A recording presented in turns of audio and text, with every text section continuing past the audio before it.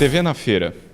Eu estou aqui com a Goimar Dantas, ela que é jornalista, roteirista, escritora e mestre em comunicação e letras, que acabou de bater um papo com o pessoal aqui no auditório Pedro Paulo, no Centro Cultural Palace, sobre o livro dela, Rotas Literárias de São Paulo. Vai dar agora uma palavrinha com a gente.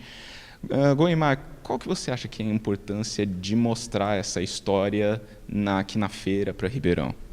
Olha, a importância que eu tenho de mostrar essa história para vocês é a mesma que eu tenho de mostrar em outra cidade, que pode ser menor, pode ser média, pode ser uma metrópole como São Paulo também. A importância de a gente valorizar os espaços culturais do lugar onde a gente vive, dos lugares pelos quais a gente passa quando vai viajar, quando está viajando.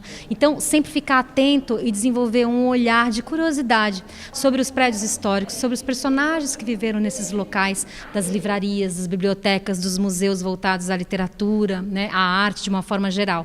Então, a minha tentativa com este livro foi lançar luzes sobre esses espaços em São Paulo e também em todos os outros lugares nos quais eu vou falar, né? Eu acho que a gente muitas vezes deixa a desejar no quesito observação dos espaços onde a gente transita. E é muito mais interessante a gente ter esse olhar mais apurado para a gente aprender um pouco mais. Aprender sobre os personagens que fizeram parte desses cenários, sobre as pessoas que trabalham como gestores culturais e o que tem sido feito para levar o nome da cidade e dos seus personagens até as gerações que estão se formando agora. Então, esse trabalho ele tem uma função que eu acho que é despertar a vontade pelo conhecimento dos aspectos culturais da cidade onde a gente vive. No caso, eu moro em São Paulo há quase 20 anos e escolhi, tinha condição de fazer lá em São Paulo.